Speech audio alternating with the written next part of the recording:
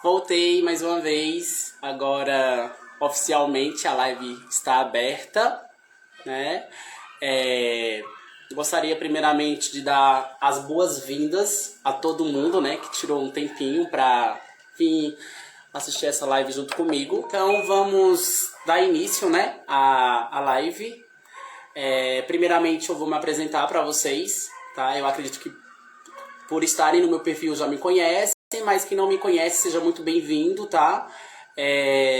Eu me chamo Lucenildo Vicente, as pessoas me conhecem por Nildo, né? Sou morador da comunidade remanescente quilombola do Atoleiro, tenho 29 anos, sou estudante de licenciatura na UFAP, que é na Universidade Federal do Agreste de Pernambuco, onde eu participo de alguns grupos de ensino, extensão e pesquisa, tá bom?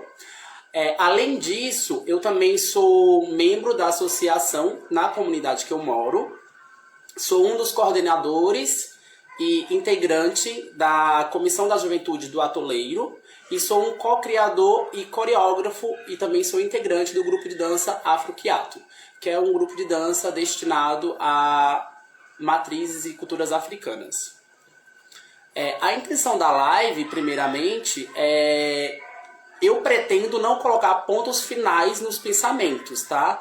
Ou até mesmo pontos finais no diálogo que nós vamos ter.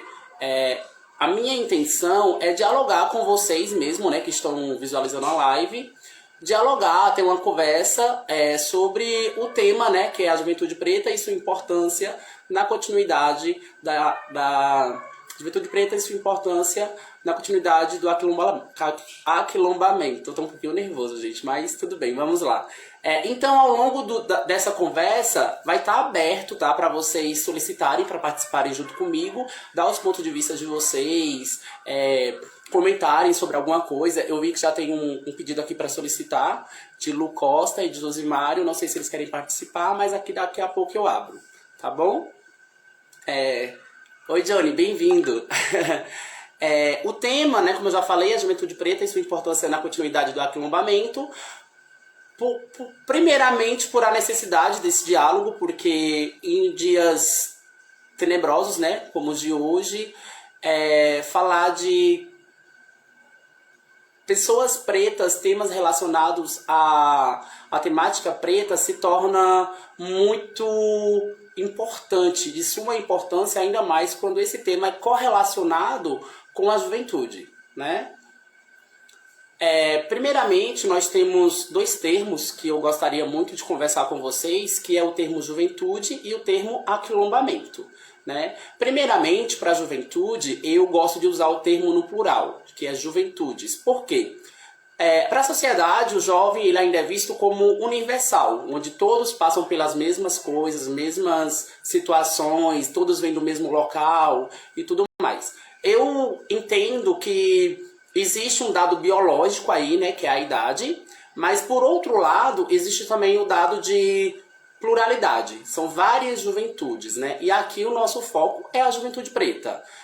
Não é a juventude branca, porque eles têm um outro pensamento, uma outra vivência, uma outra experiência de vida. E o nosso foco aqui se centra na juventude preta, mas mesmo assim ainda não universalizando essa juventude preta como todos passando pelas mesmas coisas, né? Aqui eu vou focar um pouquinho na juventude lá do Quilombo Atoleiro, que é onde eu sou. E com isso eu tenho um pouco mais de propriedade para estar falando sobre eles. Eu, por estar na área de faculdade agora, eu estou me assegurando muito em pensamentos de teóricos, né, filósofos. E aí tem um filósofo, que é o Pierre de Bourdieu, que ele fala, em 1993, ele escreveu o seguinte, né? Ele contribui com o que eu falei, que a idade ainda é um fato biológico e que é socialmente manipulável e manipulado. Olha que interessante, né? E aí eu fui matutando, né, sobre isso e eu pensei, meu, como assim? E aí eu fiquei pensando, realmente é manipulável porque tem alguns órgãos que contempla a juventude, né, o jovem, o ser jovem, como aquele de 13 a 18 anos, e existem outros órgãos que contemplam a juventude dos 12 ao 21, e existem outros que contemplam do 14 ao 29. Então você vê que essa juventude ela é manipulável. Não tem como você colocar em uma determinada faixa etária e dizer jovem é quem vai daqui até aqui. Não existe isso, né? É interessante que ele continua falando o seguinte: o fato de falar do jovem como se fosse uma unidade social, e aqui nós voltamos de novo àquela história da pluralidade da juventude, então são jovens, juventudes, um grupo constituído, datado de interesses comuns, e relacionar esses interesses à unidade definida biologicamente, já constitui uma manipulação evidente. E aí você vê que é manipulável, né? Aí ele finaliza a frase dele dizendo o seguinte: seria preciso pelo menos analisar as diferenças entre as juventudes. E aí aqui ele fecha com a palavra-chave, né, que é juventudes no plural, e é isso que nós vamos tentar fazer aqui, né? Vamos tentar entender um pouquinho mais sobre a juventude preta e a sua importância, né, na história do aquilombamento. Ainda sobre a juventude, ela sempre foi observada como uma construção humana inferior à que antecede a fase adulta. Eu acho que todo mundo já ouviu, né, ou vai ouvir, ou já falou deliberadamente aquela frase: ele ou ela aprende, ele ainda é jovem, ou ela ainda é jovem, dando a entender que enquanto ela não atinge ou ele não atinge a fase adulta, ele é inferior no pensamento, na voz, ele é inferior em muitos quesitos deliberados pela sociedade, né? E aqui eu quero acrescentar que o indivíduo, nesse caso o jovem, não apenas se molda com o tempo e a sociedade, né, claro, mas também tem o poder de moldar a sociedade e cultura em que está inserido, porque o jovem de hoje não é mais o jovem de ontem, né? E aí isso fica muito óbvio pra gente, porque os costumes vão se moldando, as coisas vão se moldando com o tempo, né? Aí o outro termo que eu falei para vocês, que é o aquilombamento, ele começou a ser usado, né, para referenciar o processo pós-quilombo, que é uma estrutura física, o local, quilombo, e seu significado é recente, tá? Sendo assim, devemos pensar que houve um percurso, né, onde o escravo passou a ser ex-escravo e posteriormente foi morar no quilombo. Aquele espaço físico, né, que eu falei para vocês, e lá esses escravos, né, praticavam o aquilombamento. E aí lá nesse espaço físico, quilombo, era praticado o aquilombamento. E aí vem o meu entendimento, eu, Nildo, tá, agora, enquanto pessoa, o que vem a ser aquilombamento. Eu entendo como uma forma de resignificação do negro que saiu dos seus afazeres, né, que ele deixa de ser escravo, ele passa a ser, então, ex-escravo, e não se preocupa mais com o seu senhor e começa a pensar e se preocupar consigo e com o coletivo, com os demais membros que estão no quilombo, né? Assim praticando o aquilombamento. Ou seja, para mim, era uma forma de resistência, e aqui eu já coloco dos oprimidos sobre os opressores, né? Aqui eu já entraria um pouco mais no tópico, né? Quem seriam esses oprimidos, quem seriam esses opressores? Eu acho que é muito claro, né, que eram os escravos, os oprimidos, claro, os ex-escravos, e os opressores era a classe branca, né? Eram os brancos. Eu posso até usar o termo raça, mas quando eu usar o termo raça, não é diretamente sobre o dado biológico, porque biologicamente todos nós somos humanos, tá? É no contexto cultural, histórico-cultural mesmo, raça, preto, branco, índio, que foi determinado como raças, né? Quem quiser compreender um pouco mais sobre, e ler um pouco mais também sobre oprimido e opressores, eu posso estar mandando posso estar mandando referências bibliográficas, pode me chamar no direct aqui do Instagram, como também pode mandar um e-mail para mim, tá? É nildovicente@outlook.com. Tem uns livros muito bons de Paulo Freire, que ele aborda esse ponto de oprimido, opressor. Ele não foca no quesito do tom de pele, da raça, mas ele foca muito nesse quesito de classe dominante e classe dominada, né? Em suma, essa conjuntura de oprimido e opressor se dá por um determinado grupo, como eu falei, né? O opressor, que não dá espaço, não dá voz, não dá não dá métodos para esses oprimidos de determinada forma se juntarem e contarem sua própria história, levantar sua voz e contar a sua descendência e desenvolver N coisas a respeito da sua cultura. Né? E aí é muito interessante o livro de Freire para você entender um pouco mais sobre oprimido e opressor. Sobre o aquilombamento, Clóvis Moura, que é um outro escritor que tem o seu foco, né, na história negra, ele fala que está havendo uma revisão na história social do Brasil, e que bom que está havendo essa revisão, né? Eu acho que vocês devem concordar comigo. Aí ele fala, particularmente no que diz respeito à importância dos quilombos na dinâmica da sociedade. Por quê? É fácil alguém falar o que é um quilombo ou o que é um quilombola, mas essa fala não vir de um descendente de quilombola, descendente de quilombo, né? E aí você pergunta, essa prática de aquilombamento, onde estamos reescrevendo a nossa história, ela é verídica. Hoje, o que eu estou fazendo com vocês é, de determinada forma, reescrevendo ou pontuando algumas coisas, levantando uma conversa que antes não era possível, né? Mas o que de fato estamos fazendo para aquilombar-se na atualidade, né? Hoje, o que de fato hoje estamos fazendo para aquilombar-se? Eu acho que eu já falei por alguns minutos e era para me ter cronometrado, mas não deu tempo. E aí eu queria abrir para conversar com alguém, se alguém se sentir disponível, né? Pra gente conversar sobre as práticas de aquilombamento nessa atualidade, hoje, como que está acontecendo.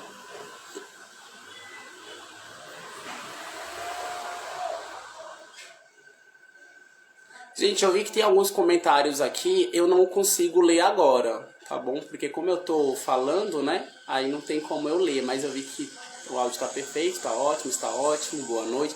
Boa noite pra todo mundo, tá, gente? Eu não vou estar citando todo mundo porque é muita gente, né? 30 pessoas, que bom! Tem pouco ainda, pode compartilhar mais. Carinha, pronto. Raquel falou o que quer. Raquel, eu acho que você tem que me mandar o convite, né? Pra me aceitar você. Pronto, vou aceitar. Oi, Raquel. Olá, Boa noite, tudo bem? boa noite, meu filho. E aí, tá bonzinho? Tô bem, graças a Deus. E aí, fala de você. Quem é você? Quem é Raquel? Pra quem não me conhece, né, tá entrando agora, eu sou Raquel, também sou da comunidade de Nildo, né, que é a comunidade quilombola de Atoleiro. Sou estudante de pedagogia, sou amiga de Nildo, vi ele falando sobre esse tema maravilhoso. Não podia ficar só assistindo porque eu sou bocuda também, aí vim querer falar um pouco sobre esse tema. Também, como Nildo, Nildo, eu e Nildo faz tudo junto, nós é tudo junto. Também faço parte da Comissão da Juventude Quilombola, né? Sou coordenadora. Também, Nildo me puxou também para o grupo de dança, estou lá, linda, maravilhosa. Também faço parte da Associação Quilombola de Atoleiro. Tudo que Nildo disse aí que eu faço, que faz, eu também faço parte também. Que bom, né? É aquela pessoa danada, né? Eu não gosto de fazer nada sozinho, tem que estar junto comigo. Raquel, você falou que faz parte da comissão também da juventude, né? Isso. Como esse aquilombamento é aplicado na prática, na nossa comunidade, né? No caso, nós fazemos parte da comunidade remanescente quilombola do Atoleiro. Conta pra gente, como que esse aquilombamento, essa forma de continuação da cultura é feita? Inclusive, meu Deus, eu também estudo sobre o tema, né? A gente tinha feito aquele trabalho há um tempo atrás, né? O resumo expandido, e que futuramente aí vai surgir um artigo. Também já pesquisava sobre o tema, né? Que é bem dentro da minha área de TCC. Olha, falando assim, mais precisamente da nossa comunidade, eu acredito que se a gente for pensar no aquilombamento, aqui na nossa comunidade quilombola de Atoleiro, né? Analisando do ponto de vista histórico, esse aquilombamento ele está presente em vários momentos da nossa história, principalmente onde a coletividade prevalece, né? Onde a coletividade está muito presente. Eu vejo muito esse aquilombamento nos arranjos sociais que eram feitos antigamente pelos jovens da época, né? Que hoje em dia são os nossos mestres, mas que na época deles, né? Na época da povoação da nossa comunidade, eles eram aqueles jovens. Que arranjos sociais seriam esses? eu vejo muito, por exemplo, na questão da divisão de terras da época. Eu acho muito maluco que eles simplesmente chegaram aqui na época que não era povoado, né? Como eles diziam, tudo era só mato.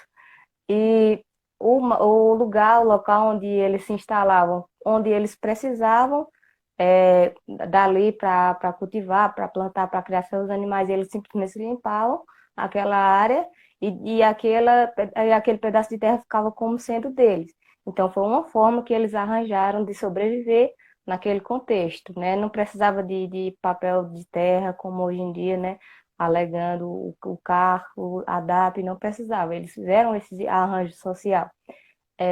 Outro arranjo social também que eu acho muito massa, a questão da construção das casas naquela época, né? Que eles não construíam sozinhos, né?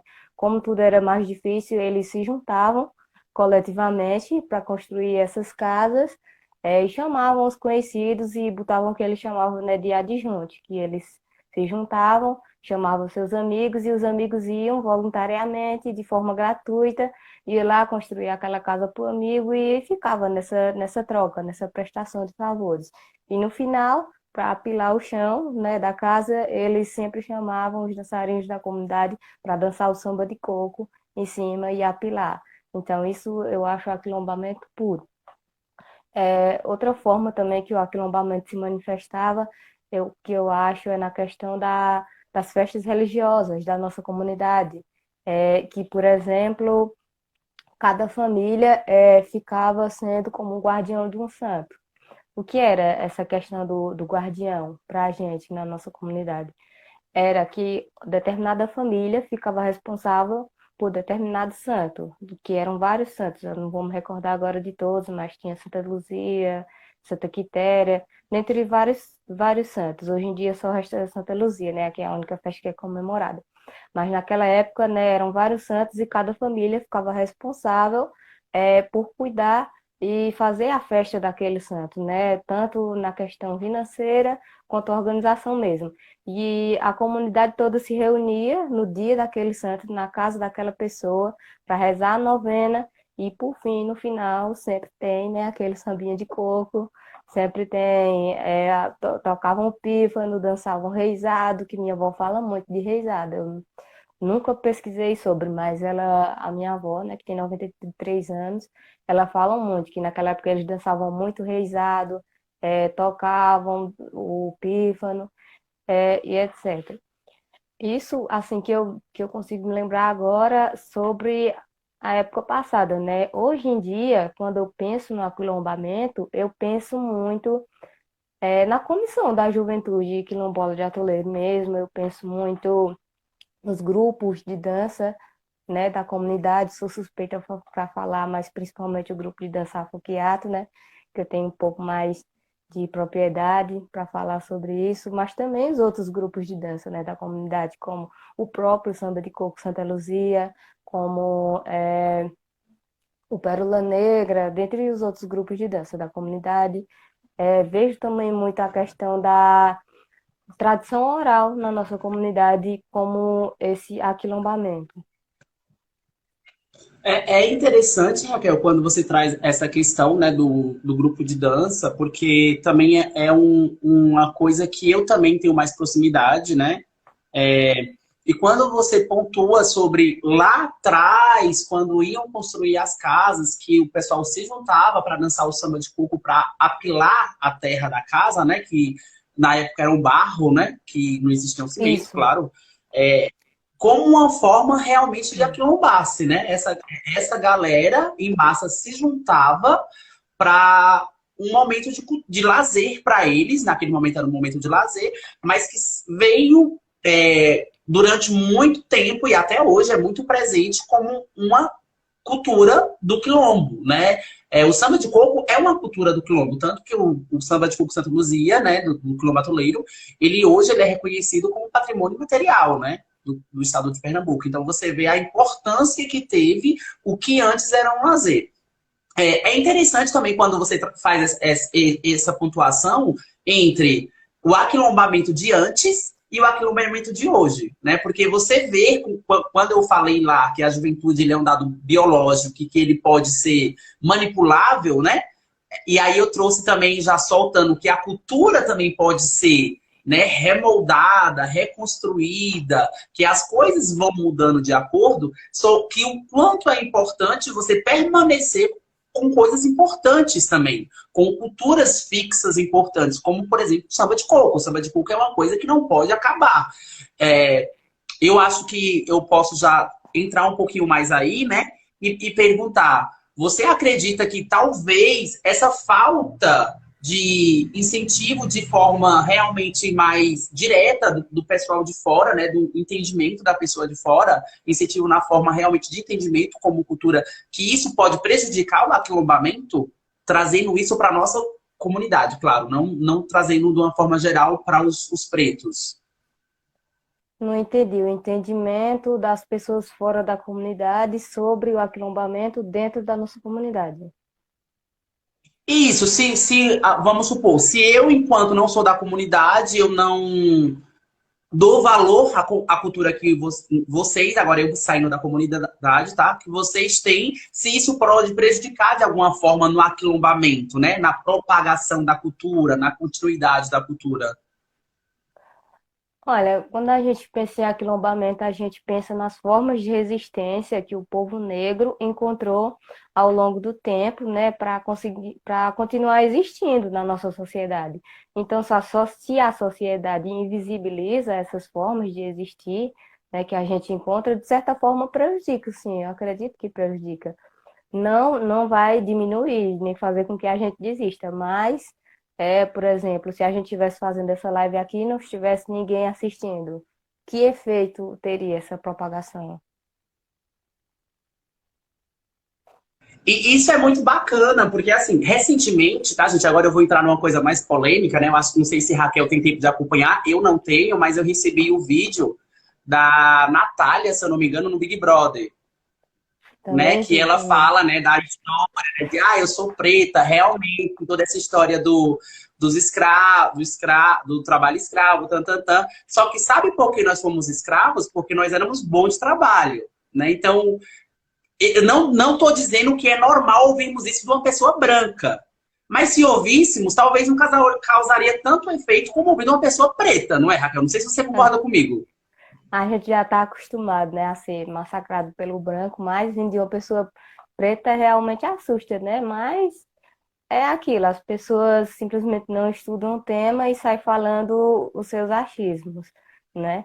Dizer que a gente foi escravizado porque éramos fortes, éramos eficientes, é uma forma, nossa, de violência mesmo, né? Contra toda a história. Não é bem assim. Se fosse por isso, eles teriam escravizados também os indígenas mais fortemente, né? Por que não aconteceu isso com os indígenas? Acredito que seja justamente porque eles estavam em seu território, eles estavam em posição de se defender, se organizando, né? Sim. Era o seu lugar. E com os nossos ancestrais, não, eles foram arrancados da sua terra, desumanizaram eles. Então, como se luta se você não é considerado humano, né? Você desde novo, é, você foi criado para acreditar que aquele não é seu lugar.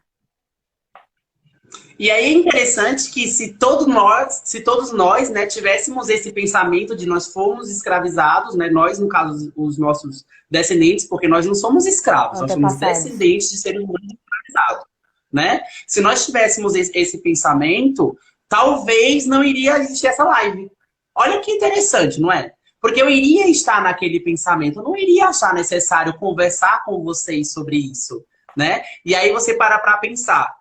Quando eu faço a live e você participa, isso é um aquilombamento. Nós estamos, de determinada forma, nós estamos compartilhando o mesmo pensamento, nós estamos resignificando aquela história, o eurocentrismo, que você usa muito essa palavra, né? Do branco, de só ele ter o local dele para ele falar o que ele quer e as coisas que ele quer falar, e nós simplesmente baixarmos a cabeça e tá bom. E aí nós vamos consumindo isso, né? Consumindo aquela dita verdade, que a mentira é falada tanto que você acredita que é verdade, né? E aí vem a importância, né? Que é a lei que recentemente foi aprovada, né?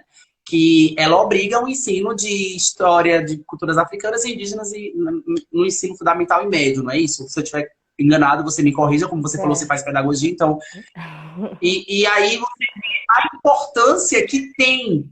Mas talvez, se não existisse esse aquilombamento para as pessoas conversarem sobre quais são as nossas necessidades, né?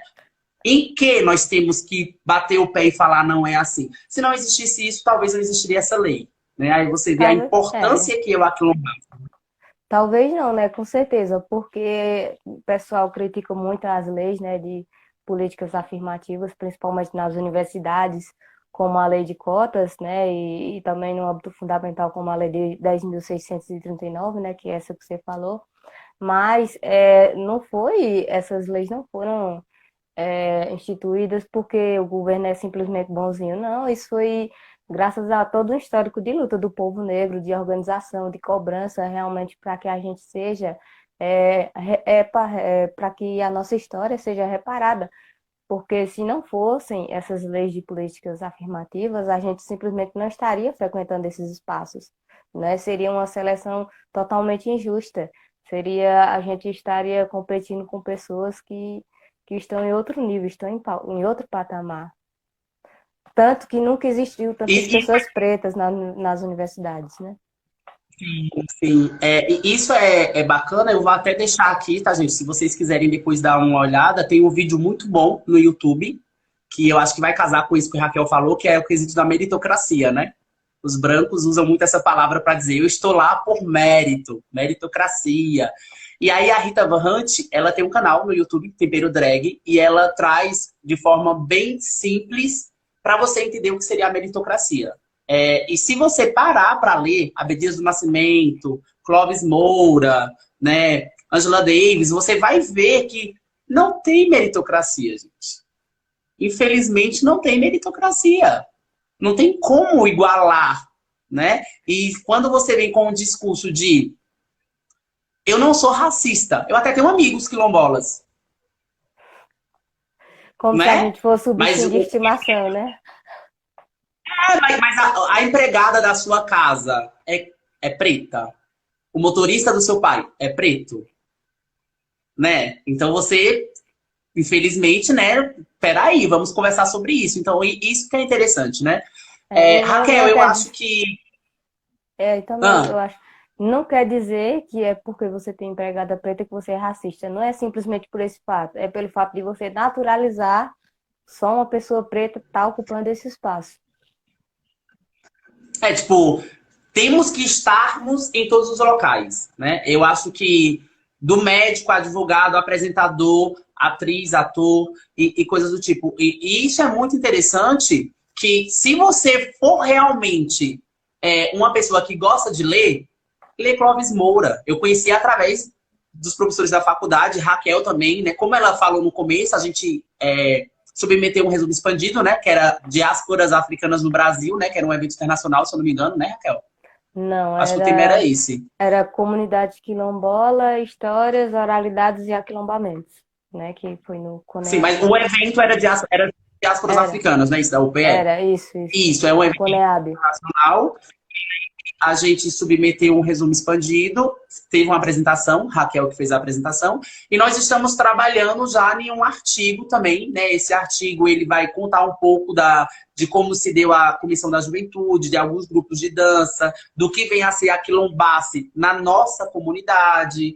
Ele vem trazer de uma forma geral nós, né? Mas dessa Contar a vez, nossa e isso história. que eu falo que é muito bacana, falado por nós, né? Não foi ninguém que veio produzir um artigo científico na nossa comunidade. Fomos nós mesmos que produzimos enquanto estudantes de licenciatura, né? Com, claro, contribuição de um professor, de Raquel, né? Não sei se pode falar o nome dele, Raquel. Professor José Bezerra. Pronto, o professor que ajudou a gente, né? José Bezerra, José Que bom. Brito.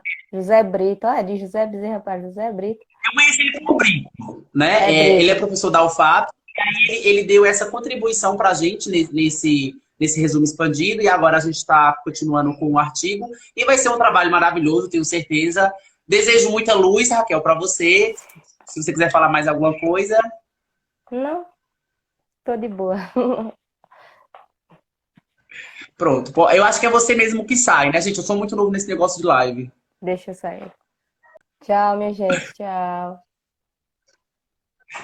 Eu vou dar continuidade, tá, gente, ao assunto.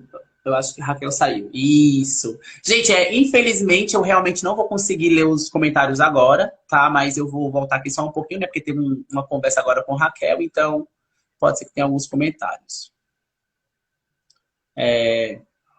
Essa é a polêmica, a Aline colocou. Eu acho que deve ser a questão da Natália, né, no Big Brother, realmente.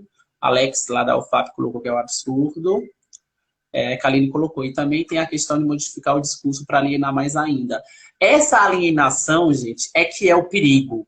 Porque se você não é uma pessoa que gosta de ler, que você gosta de procurar sobre aquilo, você vai acreditar naquilo como uma verdade universal, né? E aí você vai ficar cheio de um discurso vazio, né? Essa que é a questão, o ponto-chave. Cauana colocou essa live maravilhosa. Obrigado, Cauana. Eu amo a Cauana, gente. Paixão por ela. Esse nosso time, infelizmente, Kaline. Josimário colocou, boa noite. Logo antes, as políticas públicas não contribuíam para uma melhor formação da comunidade. Então, a união dos próprios integrantes da comunidade quilombola para o aquilombamento. Eu concordo muito com isso, né? Porque quando você, igual eu falei para Raquel, né? Que quando os demais começam a não enxergar a sua importância enquanto cultura, enquanto comunidade, de determinada forma isso vira uma aniquilação, né? Acaba caindo no esquecimento, as pessoas não vão procurar entender, procurar saber sobre. E isso é muito perigoso, né? Tem muitas histórias que acabam caindo no esquecimento por causa disso. Que absurdo você ler agora, depois de tantos anos de discurso a favor do sistema que oculta a realidade das nossas raízes. Realmente, Kaline. Kaline tá show aqui nos comentários. Tá. Continuando agora, tá, gente? Por que a importância do tema? Como já foi dialogado, é muito importante falar sobre uma juventude preta. Né? Essa juventude preta, ela precisa ser conversada e dialogada. Ela precisa estar nas pautas, nas rodas de conversa. Como eu falei, não é universal as demandas. Né? Então, uma juventude branca, a preocupação deles, por exemplo, vai ser o motorista, vai se levar, falando de um branco rico, tá, gente? Não estou sistematizando, claro. Vai ser se preocupando se vai ter um motorista para levar para a escola ou não. Quanto à juventude preta, a preocupação é se vai conseguir ter o dinheiro do lanche. Do lanche que eu falo não é um lanche, gente. É do salgadinho. Você entendeu? Então tem esse choque de realidades. E quando eu falo da juventude preta, é justamente para essa realidade que eu estou querendo entrar. E aí existe essa pluralidade, não essa padronização. A juventude preta, ela tem um papel importantíssimo na continuação do aquilombamento e da história de matrizes africanas, né? Por quê? É necessário continuar propagando. E para isso, a juventude tem que ter seu local de voz, de chegar lá e falar, gente, vamos dialogar, vamos conversar, vamos produzir trabalhos, vamos conversar na sala de aula, vamos conversar com os amigos que estão jogando futebol, vamos conversar com as amigas que estão indo pro forró. Tem que conversar, porque a juventude é a parte principal dessa perpetuação do conhecimento, né? E aí, dessa forma, nós vamos poder reescrever a nossa própria história. Porque é sabido, para quem lê livros de culturas matrizes africanas, que a nossa história sempre foi contada através da lente do olho dominante, do olho branco, né? E agora é o momento de nós reescrevermos isso, né? E aí, ainda há pouco, a Raquel trouxe essa experiência, né, da nossa comunidade quilombola Atuleiro, mas existem outros negros, né, em outros locais, outras juventudes, né? E aí eu queria saber se tem alguém que quer trazer, pontuar sobre essa questão de os jovens em outros lugares, união, compreensão, as contribuições que acontecem.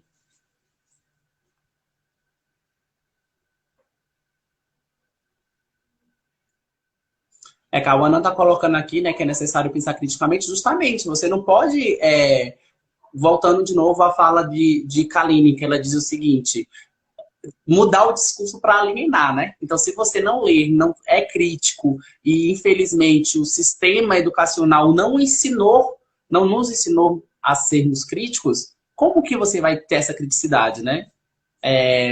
infelizmente, com a vida. A vida vai te ensinar a se tornar uma pessoa crítica, procura ler, procura entender, procura sempre buscar, né, coisas que vão te agregar e te moldar enquanto ser humano. Ricardo, também é da comunidade, falou que quer falar. Ricardo, eu acho que você que tem que solicitar aí, tá? Ricardo, solicita aí. Ricardo.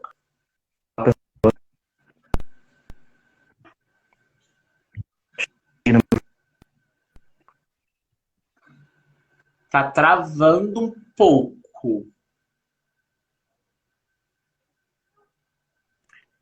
Estão conseguindo me ouvir? Minha internet ela tá um pouco estável. Se apresenta aí pra gente. Quem é Ricardo? Bem, como o Nildo falou, meu nome é Ricardo. Eu sou da comunidade quilombola de Atoleiro. Eu tenho 19 anos. Faço parte do grupo Afroquiato também. Participo da Comissão da Juventude. E sou, então, suplente do Sindicato dos Trabalhadores Rurais de Caetés.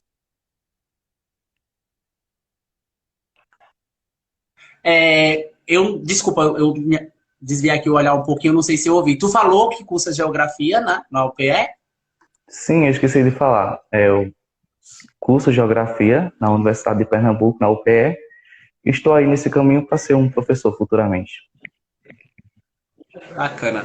Kaline, você falou que tá travando, mas tá travando as duas imagens ou só a imagem de Ricardo? Porque ele falou que realmente a internet dele tá um pouquinho instável. Vou colocar aí nos comentários pra gente ver. Ricardo, bacana porque assim, eu soltei a deixa, né, de como que se dava essa ideia de aquilombamento fora da comunidade do Atoleiro, né? E aí você vindo pra gente, enquanto uma pessoa que cursa Geografia, você tem uma visão de outros lugares, acredito eu, certo? Não sei se eu estou sendo, talvez, inerente na colocação.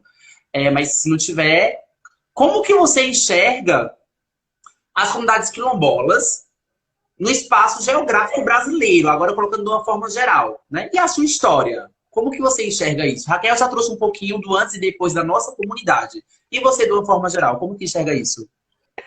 Olha, Nido, eu acredito que as comunidades remanescentes dos quilombos, né, eles se agrupavam, o povo negro, né, estava ali agrupado e estão distribuídos de diversas formas no nosso país e até mesmo no nosso continente, né?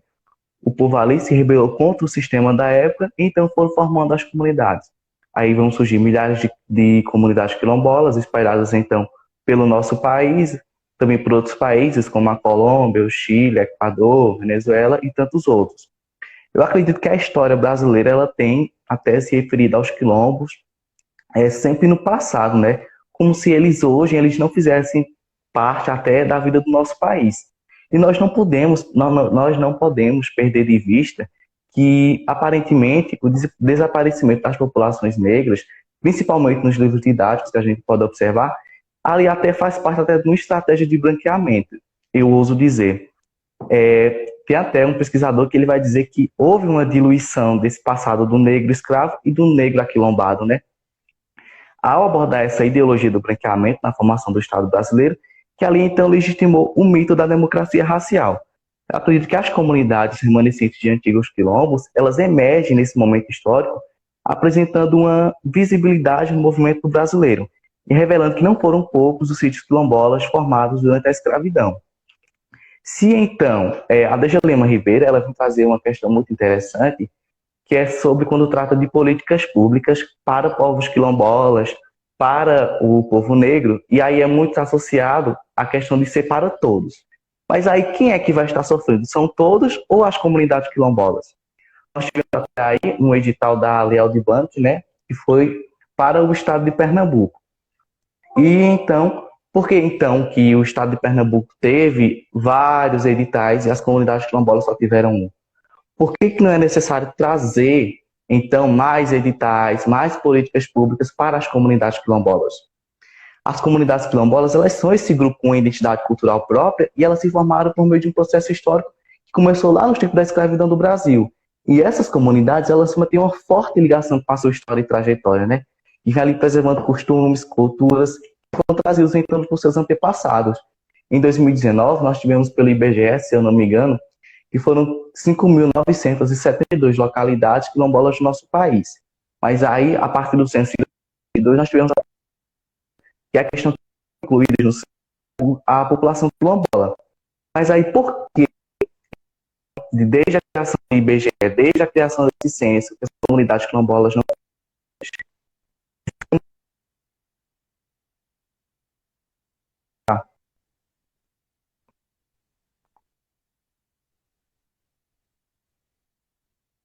Eu acho que você deu uma travada, Ricardo, agora. Aí.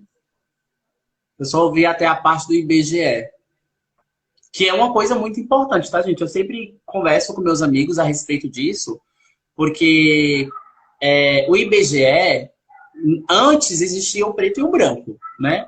Aí o IBGE ele chega e ele começa a soltar classificações vazias, né? Pardo, amarelo. Voltei e aí agora. você começa meio que pensar, mas por quê, né? Eu também tô travando, Cauã, não só Ricardo. Aí você começa a pensar dessa forma, qual é a intenção do IBGE em fazer isso, né? E aí, Ricardo trouxe também um dado importantíssimo, que foi o branqueamento, né? Gente, se existe o pardo, é porque existiu o branqueamento. Quem denominou que teria que existir o branqueamento? Naquela época, os brancos, porque eles queriam branquear a sociedade, né? Eles queriam uma sociedade branca. E a forma de branquear seria, de determinada forma, e aí eu vou usar um termo agora que talvez não seja visto positivamente pelos demais, mas um cruzamento, né, das raças. Voltando mais uma vez a falar que esse termo raça não é raça biológica, ser humano, não é raça preto e branco. E aí, da descendência desses dois, do branco e do preto, ia nascer o pardo, né? Que de determinadas formas, projeto de eugenia do Brasil. Então, que de determinadas formas eles são descendentes de escravos e descendentes de europeus, né? Que eu acredito que no Brasil todo mundo é descendente de escravo. Acredito eu, posso estar enganado, ou de indígena, né? Mas aí você pensa, para o pardo, de uma determinada forma, é mais viável para ele dizer que é pardo, porque aí ele não vai entrar numa luta, né, de pessoas negras, né? Então ele vai, de determinada forma, se ausentar desse diálogo, né? Acho que Ricardo travou, né? Eu acho que a Cauana colocou aqui que era só ele que estava travando. Ricardo, você ainda tá aí? Como é que tá a sua internet? Eu acho que travou mesmo, né, gente? E ele tem muita coisa bacana para falar pra gente, porque a área dele é a área de geografia, então ele estuda muito sobre localidades, né? E aí, se você entra pro lado de culturas, ele vai estudar diferentes culturas nas localidades. Isso é muito bacana pra gente. Ricardo, tá me ouvindo? Como é que tá aí? Sim, agora eu tô ouvindo. Às vezes cai, mas depois volta. Quando cair, vocês me avisam. Pronto, eu dei aqui uma nuancezinha sobre o que você trouxe do IBGE, e aí eu agora trago uma outra pergunta para você, né? Por você, Ricardo, o aquilombamento em outros espaços, como é visto? Internet, universidade, como você tem lá o caso da menina do Big Brother, né? Raquel já trouxe os casos específicos da nossa comissão, da nossa comunidade, mas como que você enxerga isso na universidade? Por exemplo, eu e Raquel somos da UFAP, você é da UPE, então são realidades diferentes, né? Então ali nós vamos ter alguma visãozinha diferente da que eu e Raquel tenha. Fora da universidade também, em outros locais, né? Como que você enxerga isso? Como que você enxerga o aquilombamento nesses espaços? Olha, eu acredito que na questão que a gente traz de aquilombar é utilizado no dia de hoje por muitos intelectuais, pesquisadores, né? E é como uma ideia de resistência da cultura negra brasileira mesmo. Então, se a gente está nesses espaços, se nós estamos tratando ali, discutindo, acho que o importante é a gente trazer um pouco da nossa cultura para aquele lugar. Eu acredito que para eles o quilombo às vezes não é algo que fica muito preso ao passado, né? E nós, como estamos ali nesses espaços, na universidade, na nossa sociedade, é necessário a gente trazer e dizer para eles, olha, o quilombo está ali, o quilombo está presente, o quilombo tem cultura, vamos conhecer? Eu acho que até naquela outra live que a gente participou do Luta Edital, né, nós tivemos então um grande alcance também E eu lembro que o flyer da live foi postado no Instagram de uma universidade. Então, eu acredito que ali foi uma resistência, né? Aquilo ali foi um grande exemplo de aquilombar. Nós conseguimos que com uma universidade, com um grande alcance, postasse a nossa... E aí, tal, né? Com não do movimento quilombola na contemporaneidade, né? Que se utiliza ali de técnicas, ferramentas tecnológicas, e que ali, por muitas vezes, quando nós estamos nesses espaços, ali ainda é instaurado um racismo, uma certa discriminação sobre o local, para a nossa comunidade. E nós observamos que muitas vezes é um ato, né? Às vezes, claro, com Raquel, o negro, ele, às vezes, deixava, volta a tocar na questão das políticas públicas, e muitas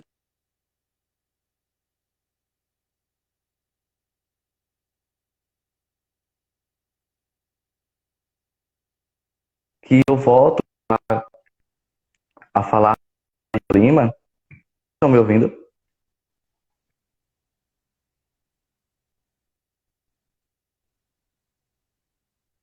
Vocês estão me ouvindo? Tá travando. Acho que travou. Voltou agora. Eu ouvi só até a parte de cotas. Sim, é que eu falava anteriormente sobre a questão de políticas públicas, que eu falei que muitas dessas políticas públicas são trazidas para todos e tudo mais, só que aí muitas vezes na nossa sociedade, quem é que sofre? Quem é que vai estar ali? E por que essas políticas públicas são trazidas para todos?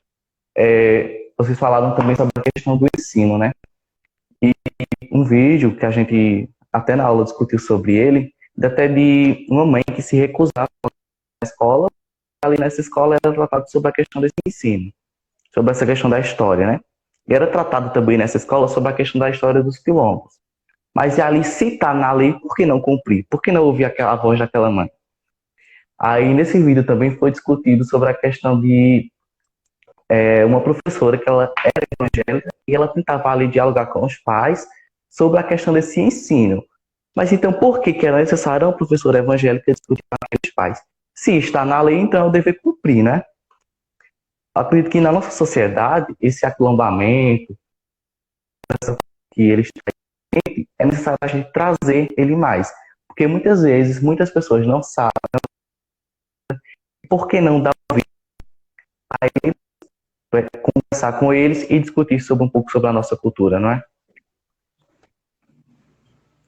E aí é interessante quando você para refletir sobre essa palavra, né? Está na lei, né? E aí você começa a pensar, gente, mas se está na lei, por que não faz, né? Se está na lei, por que não coloca em prática? Ou então, quando você falou, né, que se tem um edital X, a quantidade de a quantidade contemplada da comunidade X quilombola é pouquíssimos, né? E aí você começa a repensar essas questões. E aí eu volto mais uma vez ao que Cauana falou, né? A criticidade. Você tem que ser crítico em relação a isso. Não é simplesmente aceitar o discurso pronto, muitas vezes desfigurado, discurso que vem com aquela ideia de salvador da pátria, né, gente? E aí você fica naquela, gente, será que só eu tô vendo isso? E aí quando você se coloca num papel de será que só eu tô vendo isso, mas outras pessoas começam também a se articular junto com você, aí sim é quando de fato acontecem as mudanças, né? Essas mudanças elas vão ocorrer à medida que as pessoas vão se juntando. Eu sozinho não consigo fazer a mudança, né? Como o Ricardo falou, teve a faculdade, né? Eu acredito que foi até a UFAP que repostou o fly da outra live que teve com Raquel. E imagina o alcance que nós tivemos, né? Porque a faculdade, a UFAP, ela repostou esse fly, né? Então você começa a quebrar barreiras, quebrar pequenas barreiras, e essas barreiras juntas, né? Quando todas forem diluídas, você vai chegar lá na frente e vai dizer assim, não foi eu sozinho, foi eu juntamente com o Ricardo, eu juntamente com Raquel, eu juntamente com o Edline, com o Romeu, com o Moreira, com Érica, com o Luiz. Então, assim, é toda uma conjuntura de pessoas, né, pretas que estão trabalhando em prol da comunidade preta. Então não é só uma pessoa que vai ser, de determinada forma, contemplada com aquele pensamento, com aquela ideia, né? Vão ser, de uma forma geral, todos. É a Cara, eu acho que coletividade, né? você travou. Você travou aí. Você tá ouvindo? Tô ouvindo. Voltou. Pronto. É a coletividade, como você falou. É uma contemplação que, por exemplo, a Raquel trouxe isso bem lá no começo, né? A coletividade, de uma forma geral, é o que gera a mudança. Né? Eu sozinho não vou fazer nada, gente. Ricardo sozinho não vai fazer nada. Mas imagina quando se junta nessa live eu, Sueida, minha professora da Unite, beijo, Sueida, eu, Ricardo, Sueida, Raquel, Edline, João, Francisco, Maria, e todo mundo se junta, aí sim a mudança de fato acontece. E quando eu falo de se juntar, gente, não é ir lá e quebrar tudo, não, tá? Eu sou totalmente contra a violência. Apesar de ser muito fã dos Panteras Negras. Mas eu sou totalmente contra a violência. Mas pensa na articulação, né? De escritas meio acadêmicas que nós podemos fazer, gente. Eu, juntamente com o Ricardo, Raquel e Edline, a gente já submeteu, eu acho que submeteu e já foram aprovados, acho que uns 3 ou 4 trabalhos ligados à temática africana. Então, somos nós falando sobre nós. Não são outras pessoas falando sobre nós. E isso é importante, porque Abdias do Nascimento, nos seus livros, e Clóvis Moura, ele fala muito isso, que a vida e história preta foi escrevida sobre a ótica e olhos brancos. Então, eles não vão ser nomeados ou denomeados, como eu vi que foi colocado aí, ex-reis e rainhas. Não. Vão ser simplesmente escravo. Um produto. Né? Então, aí você vê a diferença clara e objetiva de quando um descendente de escravo vai contar a sua história e quando um descendente de branco, que tem esse pensamento, né, de que os nossos descendentes eram criados mudo, eram mulheres para ser usadas enquanto as portuguesas não chegavam, que eram homens que deviam ser açoitados se caso fugisse. Não... Então, assim, você vê a diferenciação da história, né? Rick, para finalizar, você falou que dessa fase dos editais, né? Como que tu enxerga? Porque tudo bem que são poucos, né? Realmente são poucas vezes que somos de fato vistos por as políticas públicas. Mas tu concordas que houve uma evolução também em relação a isso? Porque antes não tinha nenhum, né? Agora pelo menos estão enxergando a gente. Sim. Tá me ouvindo? Pronto. Como você disse, antes a gente não tinha nenhuma, mas aí hoje, por conta de um movimento de lutas, de conquistas, do povo preto mesmo, né, nós tivemos esses editais agora. Mas aí a gente também não pode se contentar com pouca coisa, né? A gente também tem que se organizar, batalhar, ter a nossa voz ouvida para que mais editais cheguem. Aí eu trago também uma questão da Deja Lima, que ela traz a questão de muita gente confunde lugar de fala com representatividade, né? Aí é importante a gente trazer isso para que também pessoas brancas possam lutar, porque nós temos o lugar de fala e representatividade. Um exemplo que eu trago é um travesti, né?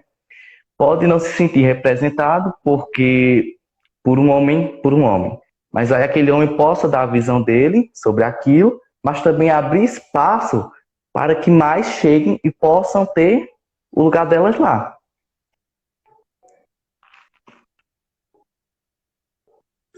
Bom, Ricardo, eu vou só contemplar o que você falou, né? E aí, se você depois quiser fechar, você pode fechar, tá?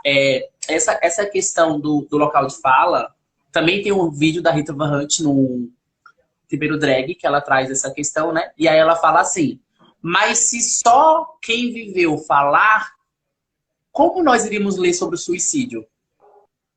Não iria ter ninguém para escrever sobre suicídio. O local de fala seria de quem praticou suicídio. Então, não iríamos ler sobre o suicídio, né? Então, você vê que é importante também para a gente ter uma dimensão de como o outro enxerga a gente. Claro, mas não deixar o outro contar a nossa história, né? Agora, voltando para o quesito negro. E aí, ainda nessa questão do local de fala, a Sueida trouxe uma questão muito importante, né? Que com o censo, e eu acredito que esse censo que ela está pontuando aí a normatização, a romantização, a violência e tudo mais que está sendo, né, feita por aí pelo mundo afora, esse medo de assegurar ser negro, a violência que sofremos faz as pessoas se negarem. E aí é onde está a prática da coletividade. Se eu tenho medo, mas numa conversa com o Ricardo me encoraja, eu já não irei mais ficar com o pé atrás. Claro que a sociedade, a população, ela tem um peso muito forte sobre isso, né? Sobre como eu vou me comportar, como eu vou me autodeclarar, né? Se eu estou numa rodinha branca e vejo tirando piada dos meus pretos, eu vou rir junto com eles ou eu vou dizer, gente, isso tá errado, né? Então, assim, depende de como eu também vou me comportar em relação a isso. Não adianta eu vir aqui e falar nessa live que eu dialogo com todo mundo sobre o racismo e quando tem uma atitude desse tipo, eu vou lá e falo, gente, vamos dialogar sobre isso que tá errado, mas quando eu tô lá na frente da faculdade com os meus coleguinhas brancos, passou um outro dos meus preto e eles começam a rir simplesmente por ele ser preto, eu vou rir junto. Gente, isso aí é ser contra o meu próprio discurso, né? Então eu também tenho que ter essa fiscalização própria minha. Ricardo, você quer complementar mais alguma coisa? Eu acho que já estamos um tempinho de live, né? Acho que ele travou. Não quero completar mais nada, não. Minha internet, ela também não tá muito boa, não tá ajudando, né?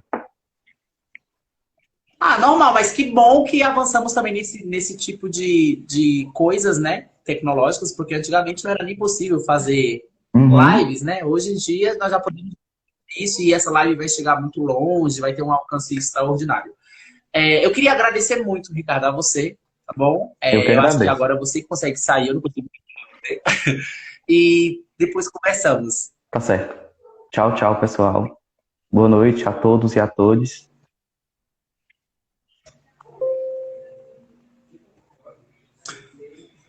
Bom, gente, é muito importante quando você conversa, né, com outras pessoas, porque isso te abre um leque de outros pensamentos e coisas que começam a turbilhar na sua cabeça, né? Recentemente eu tive uma aula de relações étnico-raciais, né? E o professor uma vez falou assim, que a gente estava focando muito na questão negra, né? Na questão quilombola. E pouco se falava sobre os indígenas, né? E aí, Ricardo trouxe até essa questão, né? Dos indígenas aí, pontuando sobre a importância dos indígenas. E Abdias do Nascimento, ele traz muito essa questão do aquilombamento, que ele não era, como eu falei, o aquilombamento ele é um processo de escravo, ex-escravo, e posteriormente ele passa a aquilombar-se com os demais quando ele passa a pensar em si e nos demais que estão junto com ele no quilombo. E aí eu fui pesquisar, né, quem eram essas pessoas do aquilombamento. E aí, se eu não me engano, é o próprio Abdias que traz, né, no livro dele, que eu não me lembro agora o livro, mas que tiver interesse pode me pedir no direct ou no e-mail, que ele falam que eram índios, ex-escravos, né, escravos fugidos, no caso ex-escravos não eram libertos, eram escravos fugidos, e brancos que eram oprimidos. Então você percebe que o aquilombamento ele não é uma prática só dos negros. É importante, claro, que os negros estejam presentes nisso. Mas aí na fala que o Ricardo trouxe, né, que é importante o branco falar também do preto, você vê isso, né? E aí você tem que começar a compreender que essas rodas de conversas, de diálogo, elas têm que existir. E para elas existirem, tem que ter os espaços, né? Eu agradeço muito a todo mundo que ficou, né? Esteve presente esse tempo todo da live. O conversar sobre os medos em si é uma dádiva. Realmente, Suída, é uma dádiva. E eu acho que nós temos que ter alguém para encorajar a gente, né? Às vezes nós estamos tão pisados, né, da sociedade, pisados de certos ditos amigos, pisados da escola, pisados do trabalho, pisados de muita coisa, que é todo mundo puxando a gente para baixo, e quando vem um só e fala, gente, fulano, vamos conversar, vamos dialogar, né? E aí você pensa, olha que você, mano, me levantou. Esse dias eu vi um vídeo do Gil do Vigor, outro BBB, né? Que ele fala que antes dele prestar a faculdade, teve uma pessoa, né, do trabalho dele, que falou que ele não era para ele tentar o vestibular, que ele não passava. E aí ele sempre ficou matutando aquilo, matutando. E, ô Raquel, manda para mim aí de novo, se você puder, as perguntas que tem, tá bom? E aí ele ficou matutando isso. E sempre quando chegava próximo do vestibular, ele não ia fazer. No dia que ele foi fazer, ele esqueceu o RG e a mãe desceu correndo para entregar o RG para ele. Porque ela falou que o sonho dela era ver o filho entrando na faculdade. Só que ele falou que aquele ser humano que falou que ele não iria conseguir passar no vestibular foi o que matutou a cabeça dele o tempo todinho. Né? Então você vê que às vezes nós deixamos de suprir o que é importante pra gente para dar ouvido para algumas coisas que não são importantes. Kaline falou que disse ela não sabia. Eu acredito que deve ser a questão das pessoas do aquilombamento, né?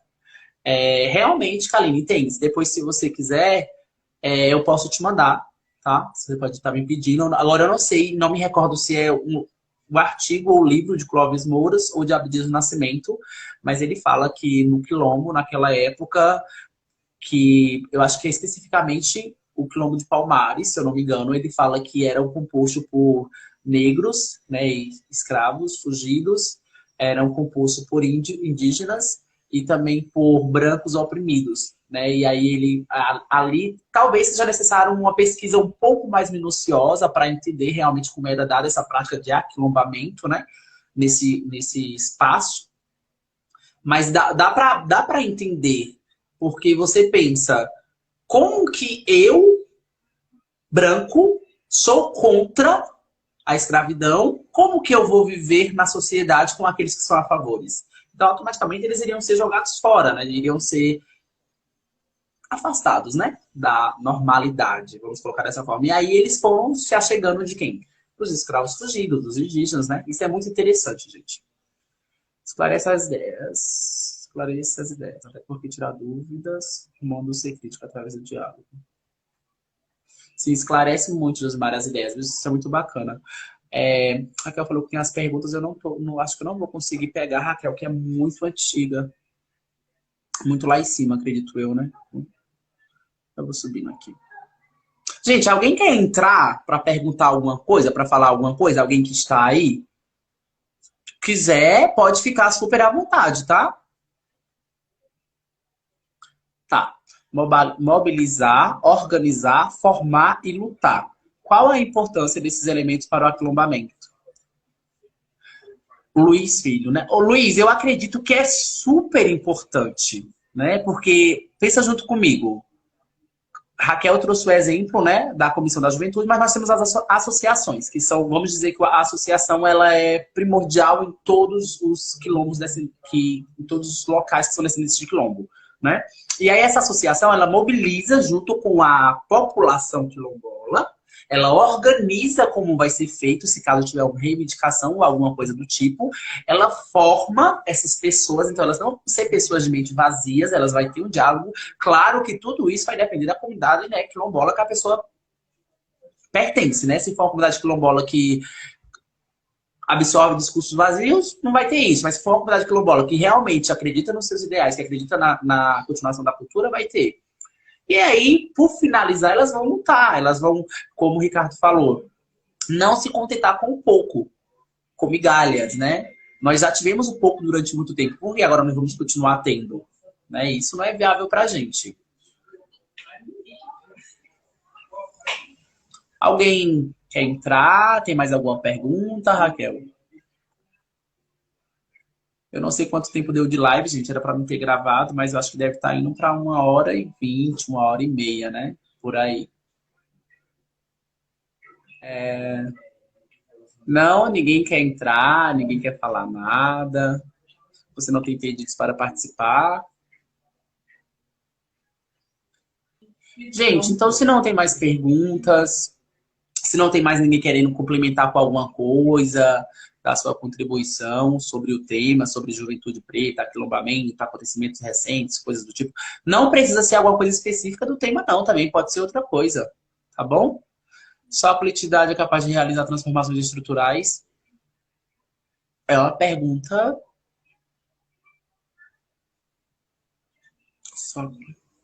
Só a coletividade é capaz de realizar transformações estruturais. Eu acho que quando se trata de estrutura, né, transformações estruturais, eu acho que uma pessoa só realmente não consegue fazer. Porque se é estrutural é porque ela já foi pensada por outros, né? Não foi só uma pessoa que pensou, né? Então eu acho que a coletividade, ela é capaz sim de realizar transformações estruturais. Agora, afirmar que só ela é perigoso. Eu não afirmaria. Eu acho que tem coisas que não vai depender da coletividade. Mas a coletividade vai dar um up, vai dar uma, sabe, uma forcinha a mais, a forcinha necessária às vezes. Eu acho que isso que a coletividade, que o peso da coletividade tem, é o peso de eu sozinho não consigo fazer nada, mas eu posso ter a ideia e a coletividade por trás de mim pode me dar o up, falar, então vamos todo mundo, entendeu? Mas é importante você pensar sobre isso, coletividade. É uma palavra bonita, eu acho muito bonita coletividade. E eu acho que quando tem os mesmos ideais, elas podem finalizar muita coisa boa. Justamente, ela é uma ótima ferramenta e que deve ser muito bem utilizada também. Porque essa coletividade, quando ela é usada para disseminar ódio, por exemplo, minha filha sai de cima. Eles disseminam ódio mesmo. Então, nem aí. Entendeu? Então é perigoso. Luiz Filho enviou solicitação para participar do seu vídeo ao vivo. Vamos lá. Luiz Filho. Acho que eu sei quem é. Vê se chegou aí, Luiz, para você. Chegou. Luiz!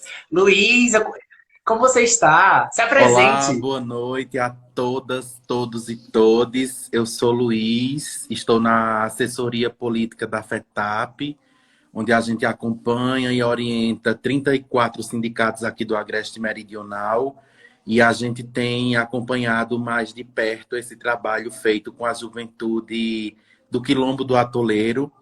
E quando você provocou para a gente visualizar a possibilidade de entrar na live, eu fiquei muito provocado, porque a gente sabe que é na juventude onde a gente onde a gente tem uma definição política para o resto da vida.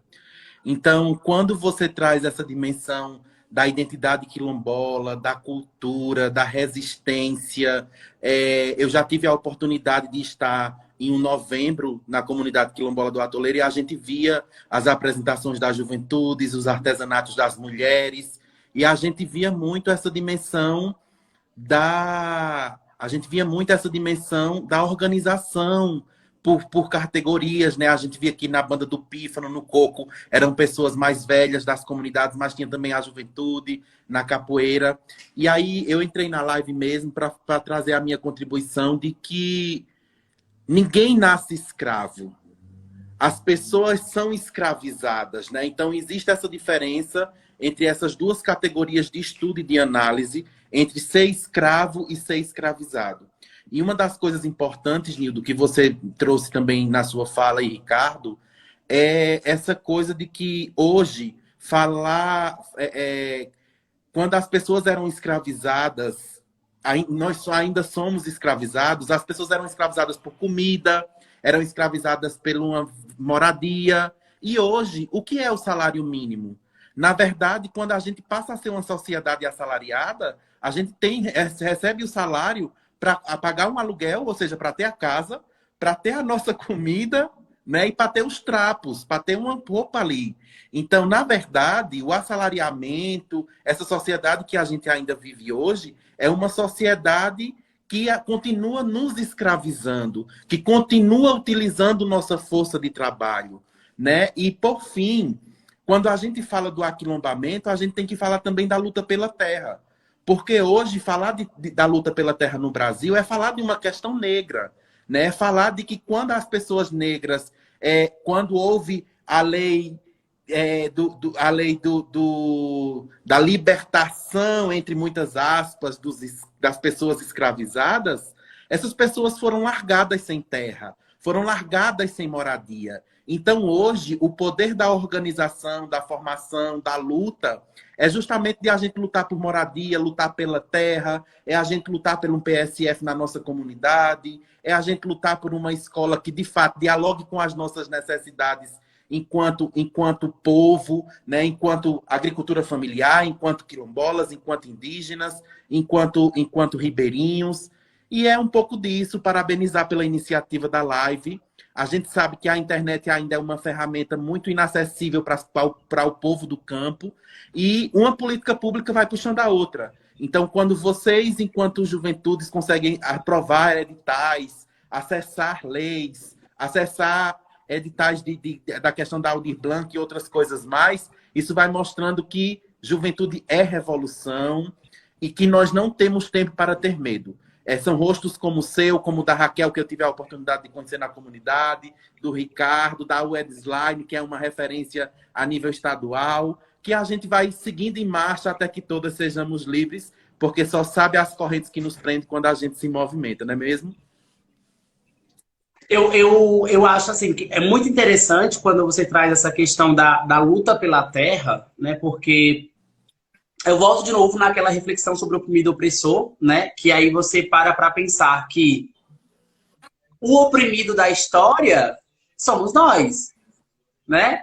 Quem está nos oprimindo são as classes altas, né? E aí você para pensar, o quilombo, ele era feito em terras abandonadas, esquecidas. Eles lutavam realmente, eles travavam grandes batalhas por aquele espaço de terra, né? Então a luta pela terra realmente do MST não é da agora, né? E realmente a Abdias do Nascimento, ele também traz esse dado, viu, Luiz? Muito bacana que você falou dessa junção, né? Que tipo, só os quilombolas não iriam conseguir chegar onde chegaram, como também só os indígenas não iam conseguir chegar onde chegavam, né? Então, essa união, e aí traz de novo, como você falou, os ribeirinhos, e como eu também já pontuei, que tinham os brancos que eram oprimidos. Né? Então, assim, aí eu volto de novo à questão essa coletividade que você falou, e essa organização que você falou que é presente lá no Quilombo Atuleiro, né?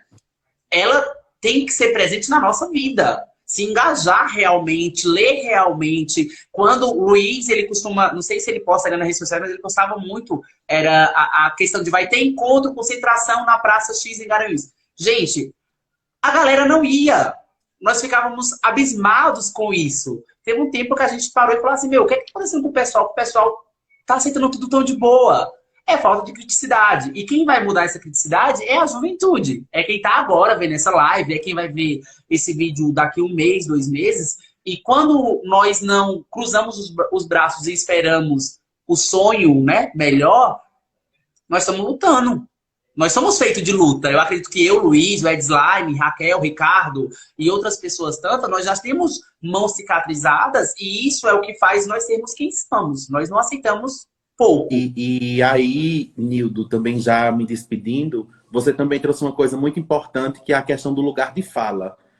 E Ricardo trouxe, né? Que lugar de fala, às vezes, há essa confusão entre lugar de fala e representatividade. E quando a gente traz, pelo menos a minha concepção, enquanto juventude, que já tem uma caminhada na militância, quando a gente traz o termo lugar de fala, quer dizer que a gente tem que ter uma lealdade às bandeiras de luta. E não romper, não deixar com que entre um vírus nos nossos princípios.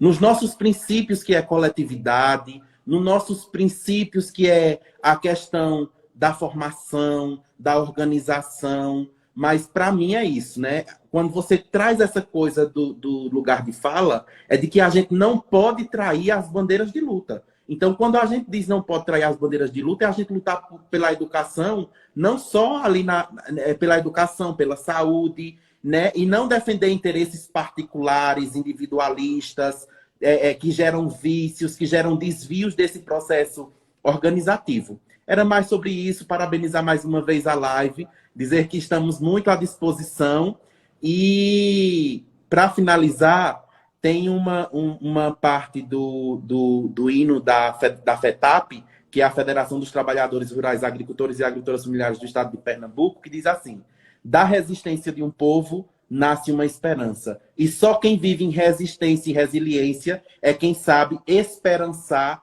nesse ano, esperançar em Freire, esperançar nos nossos pensadores, nos nossos ancestrais, nas pessoas mais velhas que estão nas nossas comunidades quilombolas, que são nossas avós, nossos avós, que ainda alguns estão vivos. E é sobre isso. Um abraço fraterno e que 2022 a gente consiga romper todas as cercas que nos impedem de amar, de viver e de conseguir romper e seguir em marcha até que todas e todos e todes sejamos livres.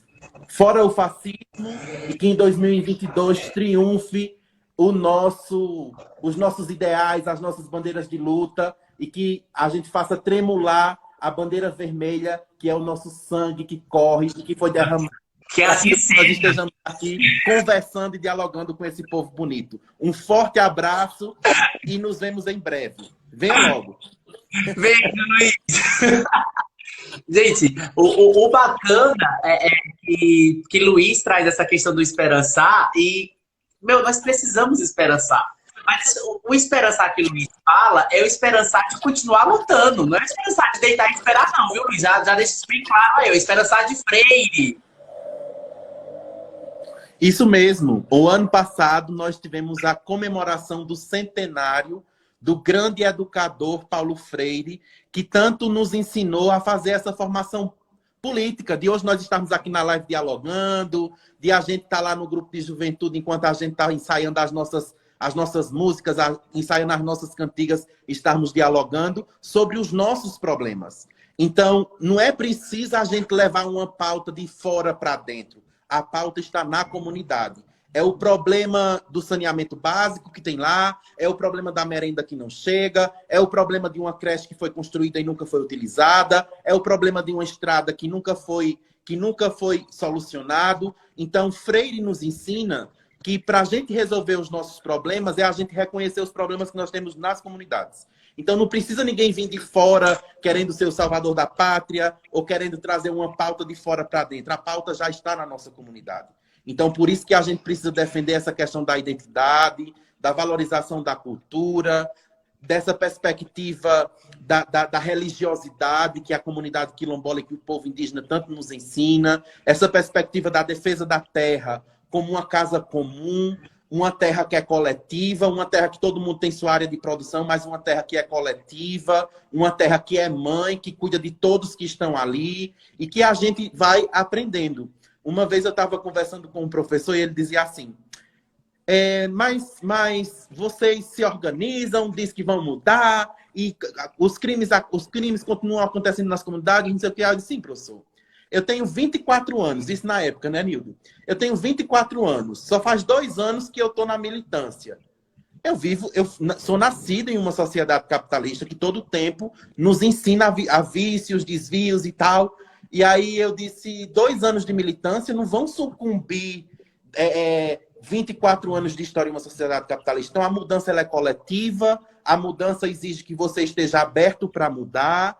E como diz Elza Soares, a nossa grande Elza Soares que nos deixou hoje, o mundo é grande demais para não sermos livres. Então vamos amar, vamos viver, vamos esperançar, vamos tremular nossas bandeiras de luta, porque 2022 merece que nós derrotemos o fascismo, derrotemos o oportunismo e sigamos em luta. Um forte abraço. Ô, Nildo, agora tu tem que me tirar da live, porque eu não sei sair ainda, não. Será que eu também sei te tirar? Eu acho, deixa eu ver. Eu acho que não sei te tirar, não. Deixa eu ver. Eu acho que vou apertar isso aí e vou. Mas um forte abraço, muito, muito obrigado. E vamos seguir em marcha. Quem sabe Beijo, com Luiz. esses desafios da internet e das redes sociais, a gente não pense, quando você estiver voltando aqui para Pernambuco, um encontro sobre comunicação popular, né? Um encontro sobre comunicação popular com as juventudes, de chamar o pessoal que fez formação no Brasil de fato. Já vi que Giovana Revoreto está por aqui, já vi Carambola. Quem sabe a gente não pensa em uma formação envolvendo as juventudes do território, no Quilombo do Atoleiro, para a gente ter essa vivência do povo quilombola, mas estudar a comunicação popular. Cheiro! Sim, sim, sim, faz necessário. Cheiro, Luiz. Obrigada, viu? Falou tudo. Eu vi aqui que Sueida colocou uma coisa. Não, Josimário colocou uma pergunta aqui interessante. As políticas públicas vêm contribuição para o grupo de dança afrocriato? Acho que seria assim, né? As políticas públicas vêm em contribuição para o grupo de dança afrocriato? Nós, o grupo Afroquiato, fomos aprovados em 2 editais, um do município de Caetés, no ano de 2020, se eu não estou enganado, que era sobre a perpetuação da cultura, né? Foi um edital voltado especificamente para a cultura do município da cidade de Caetés. Quem não sabe, o Atuleiro é município de Caetés, né? E aí nós fomos aprovados. Não só o grupo de dança, como tantos outros grupos de cultura, artesanato e coisas do tipo do Atuleiro. Essa live específica que eu estou fazendo hoje com vocês também é ligada a um outro edital de cultura, só que esse é ligado ao estado do Pernambuco. O grupo de dança Afroquiato também foi contemplado nesse edital, né? Então, eu acho que daqui a um mês e meio, 2 meses, vai ter uma apresentação do grupo de dança Afroquiato gravada e postada no YouTube com a verba do estado de Pernambuco, né? Como forma de perpetuação da cultura. Eu acho que é isso, Josimário. Gente, que bom falar com o Luiz, né? O Luiz é um amor de pessoa. Eu acho que o Edline não está presente. Se ela tivesse, também seria muito bom ouvir ela. Ela é da comunidade quilombola. Ela é vice-presidenta da CUT, se eu não me engano. Tem uma história muito linda de luta, resistência, tanto de formas MST, terras, raça, etnias, coisas tipo. Ela tem muita história para contar. Mais alguém gostaria de aparecer aí, dar uma palavrinha pra gente, ou a gente pode encerrar já? Luhane, eu vi o que você colocou, tá, Luhane? Beijo, minha linda. Para você, realmente é necessário esse engajamento, né, nas redes, é necessário esse engajamento nosso, de quem está aqui me assistindo, de quem já me assistiu e por algum motivo teve que sair, de quem ainda irá me assistir, né, e assistir vocês também. E isso é a nossa coletividade, né? Então, como eu falei, é alguma coisa que eu faço e que estão atrás de mim e me dão um empurrão. Isso vai ser coletivo nesse momento. Gente, eu acho que deu, né? 1h30 de live, eu acho 1h40 por aí. Eu quero agradecer a todo mundo que ficou comigo até agora, né? Teve pessoas que ficaram realmente do início ao fim. Espero não ter me alongado muito, me estendido muito, porque realmente foi minha primeira live e eu não tenho ainda, né? Uma abertura de como lidar com a live, como falar, como fazer, para onde me mexer, para onde olhar. Às vezes eu desvio o olho um pouquinho por, sei lá, vergonha ou coisa do tipo, né? Mas, de verdade mesmo, eu queria agradecer a cada um de vocês que estiveram presentes.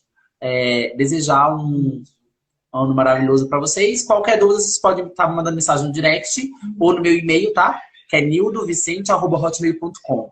E a live, ela vai ser salva, né? E logo em seguida, eu vou também estar postando no YouTube, tá? Meu YouTube, né? Do meu canal do Nildo Vicente.